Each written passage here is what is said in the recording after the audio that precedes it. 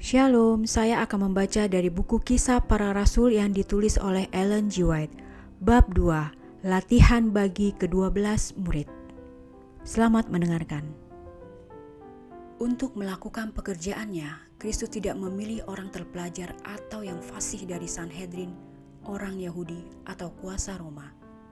Mengabaikan guru-guru Yahudi yang membenarkan diri sendiri, pekerja yang agung itu memilih yang rendah hati, orang yang tidak terpelajar untuk memasyurkan kebenaran yang akan menggerakkan dunia ini. Orang-orang ini ia maksudkan untuk dilatih dan dididik sebagai pemimpin-pemimpin sidangnya. Mereka sebaiknya harus mendidik orang-orang lain dan mengirim mereka dengan pekabaran Injil, supaya mereka memperoleh kemajuan dalam pekerjaan Tuhan. Mereka harus diberi kuasa Roh Suci, bukannya dengan kuasa manusia atau dengan kebijaksanaan manusia. Injil itu harus dimasyurkan. Selama 3,5 tahun, murid-murid mendapat petunjuk dari guru yang terbesar yang pernah dikenal dunia. Oleh perhubungan pribadi dan pergaulan, Kristus melatih mereka untuk pekerjaannya. Setiap hari mereka berjalan dan bercakap-cakap dengan Dia, mendengar perkataannya yang menghibur orang yang lelah dan yang berbeban berat, dan melihat kenyataan kuasanya untuk kepentingan orang sakit yang dirundung malang. Kadang-kadang ia mengajar mereka, duduk dengan mereka di lereng gunung, kadang-kadang di tepi pantai atau sementara berjalan. Ia menyatakan rahasia kerajaan Allah. Di mana saja hati terbuka untuk menerima pekabaran ilahi, ia membukakan kebenaran untuk jalan keselamatan.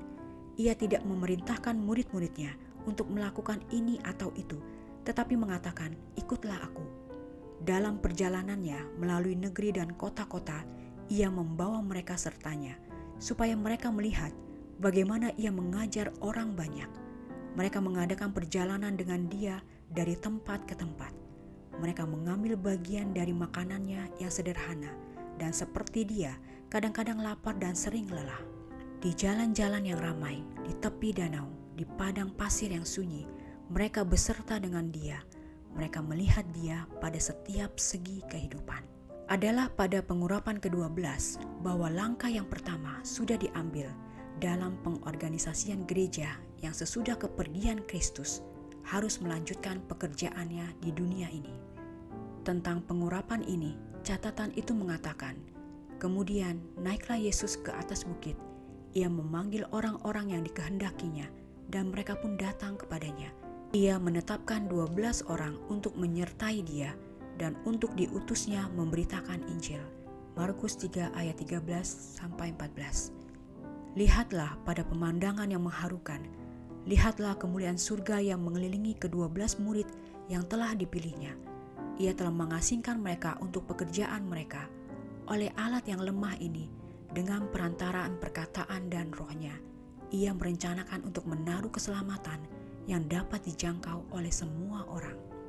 Dengan kegirangan dan kesukaan, Allah dan malaikat-malaikat memperhatikan pemandangan ini.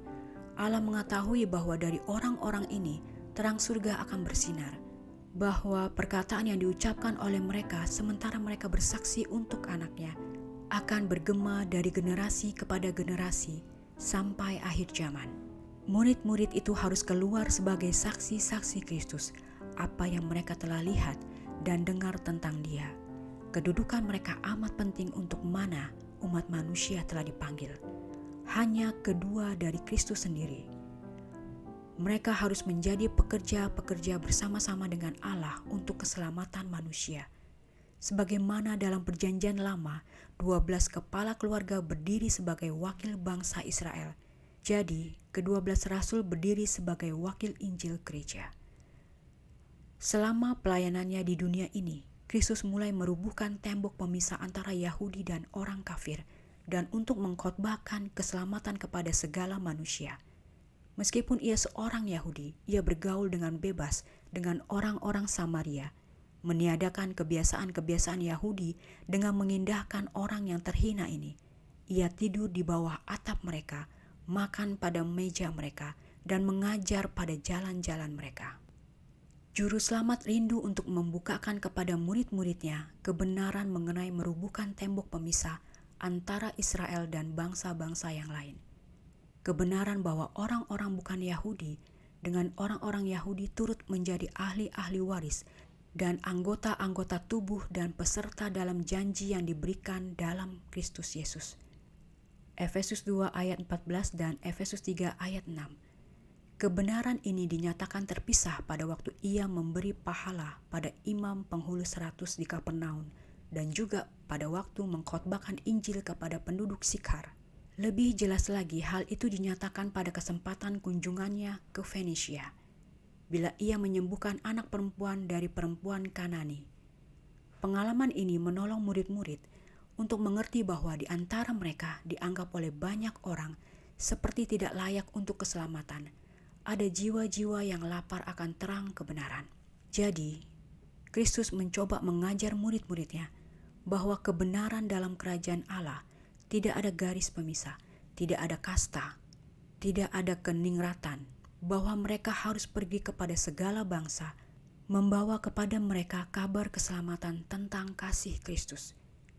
Tetapi tidak lama kemudian mereka menyadari sepenuhnya bahwa Allah telah menjadikan semua bangsa dan umat manusia untuk mendiami seluruh muka bumi, dan ia telah menentukan musim-musim bagi mereka dan batas-batas kediaman mereka, supaya mereka mencari Dia dan mudah-mudahan menjamah dan menentukan Dia, walaupun ia tidak jauh dari kita masing-masing.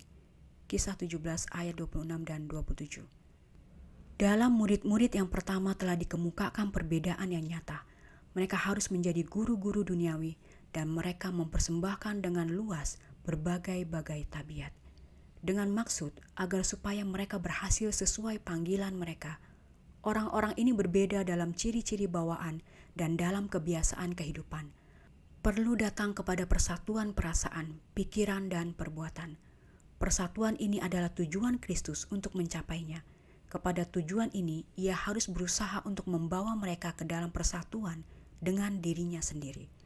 Beban tugasnya bagi mereka ialah menyatakan dalam doanya kepada Bapanya, supaya mereka semua menjadi satu, sama seperti Engkau ya Bapa di dalam aku dan aku di dalam Engkau, agar mereka juga di dalam kita, agar dunia tahu bahwa Engkau yang mengutus aku dan bahwa Engkau mengasihi mereka sama seperti Engkau mengasihi aku. Yohanes 17 ayat 21 sampai 23. Doanya yang tetap bagi mereka ialah supaya mereka boleh disucikan oleh kebenaran. Dan ia berdoa dengan kepastian, mengetahui bahwa ketetapan yang maha kuasa telah diberikan sebelum dunia ini dijadikan. Ia mengetahui bahwa Injil kerajaan itu akan dikabarkan kepada segala bangsa untuk satu kesaksian. Ia mengetahui kebenaran itu dilengkapi dengan yang maha kuasa dari Roh Kudus, akan menang dalam pertempuran dengan kejahatan. Dan pada suatu hari bahwa panji yang berlumuran darah itu akan berkibar dengan penuh kemenangan atas pengikut-pengikutnya. Sementara pekerjaan Kristus di dunia ini berakhir, dan ia menyadari bahwa ia harus segera meninggalkan murid-muridnya untuk melaksanakan pekerjaan tanpa pengawasan pribadinya. Ia berusaha untuk memberanikan mereka dan menyediakan mereka untuk masa depan. Ia tidak menipu mereka dengan pengharapan yang palsu. Sebagai suatu buku yang terbuka, ia membaca apa yang harus ada. Ia mengetahui bahwa ia hampir akan berpisah dari mereka untuk meninggalkan mereka sebagai domba di antara serigala. Ia mengetahui bahwa mereka akan menderita penganiayaan, bahwa mereka akan dibuang dari rumah sembahyang dan akan dimasukkan ke dalam penjara. Ia mengetahui bahwa untuk bersaksi baginya sebagai Mesias, beberapa dari mereka akan menderita kematian. Dan beberapa dari hal ini diceritakannya kepada mereka dalam berbicara tentang masa depan mereka. Ia jelaskan dan memastikan bahwa dalam ujian yang datang mereka akan mengingat perkataannya dan dikuatkan untuk percaya kepadanya sebagai penebus. Ia mengucapkan kepada mereka juga perkataan pengharapan dan keberanian. Janganlah gelisah hatimu, katanya. Percayalah kepada Allah dan percayalah juga kepadaku. Di rumah Bapakku banyak tempat tinggal. Jika tidak demikian, tentu aku mengatakannya kepadamu. Sebab aku pergi ke situ untuk menyediakan tempat bagimu, dan apabila aku telah pergi ke situ dan telah menyediakan tempat bagimu, aku akan datang kembali dan membawa kamu ke tempatku, supaya di tempat di mana aku berada, kamu pun berada. Dan kemana aku pergi, kamu tahu jalan ke situ. Yohanes 14 ayat 1-4. Untuk kepentinganmu, aku datang ke dalam dunia ini, karena engkau aku telah bekerja. Bila aku pergi, aku masih akan bekerja dengan sungguh-sungguh untuk engkau. Aku datang ke dunia ini untuk menyatakan diriku kepadamu, supaya engkau boleh percaya. Aku pergi kepada Bapakku dan engkau bekerja sama dengan Dia untuk kepentinganmu. Aku berkata kepadamu, sesungguhnya barang siapa yang percaya kepadaku, ia akan melakukan juga pekerjaan-pekerjaan yang aku lakukan, bahkan pekerjaan-pekerjaan yang lebih besar daripada itu. Sebab aku pergi kepada Bapa. Yohanes 14 ayat 12. Oleh keadaan ini, Kristus tidak maksudkan bahwa murid-muridnya akan mengadakan upaya yang lebih keras daripada yang diadakannya, tetapi bahwa mereka akan lebih banyak berupaya. Ia tidak maksudkan hanya pekerjaan mujizat, tetapi kepada semua yang akan terjadi di bawah pengaruh Roh Kudus. Jika penghibur yang akan kuutus dari Bapa datang, katanya, yaitu roh kebenaran yang keluar dari Bapa, ia akan bersaksi tentang aku.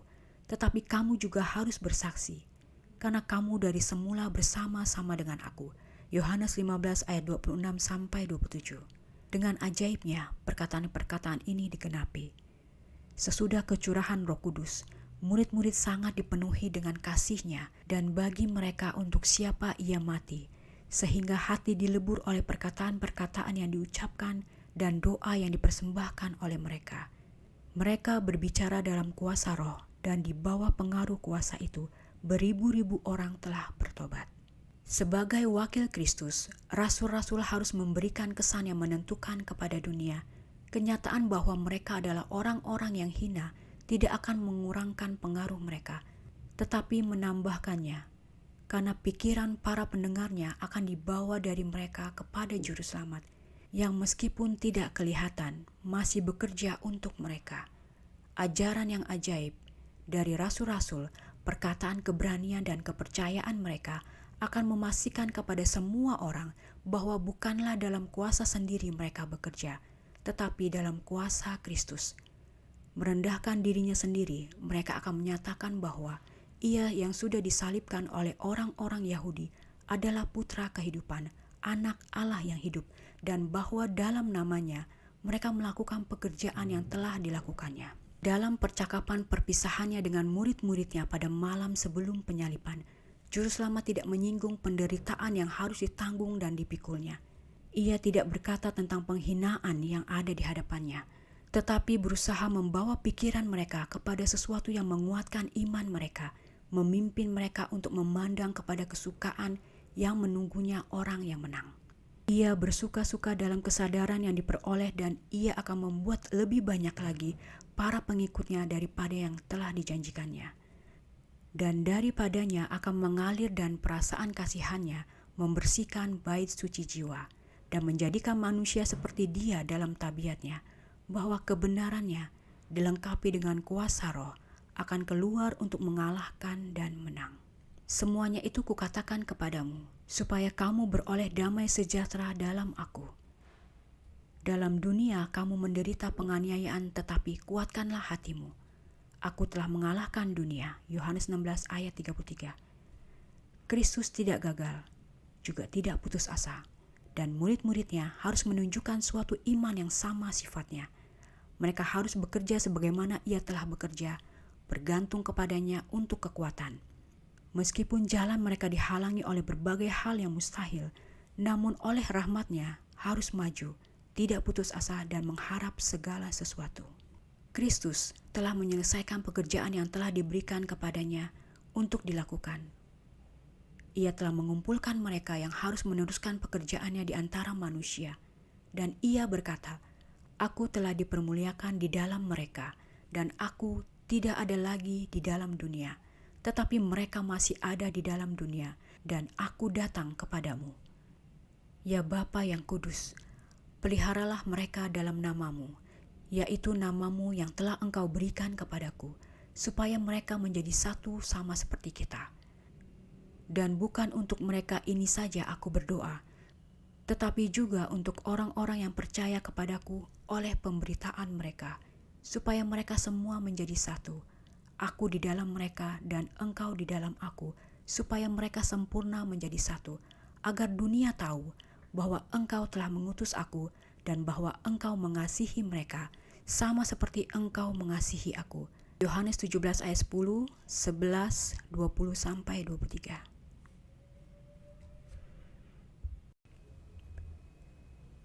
Demikianlah bacaan buku Kisah Para Rasul, bab 2, latihan bagi ke-12 murid. Tuhan memberkati.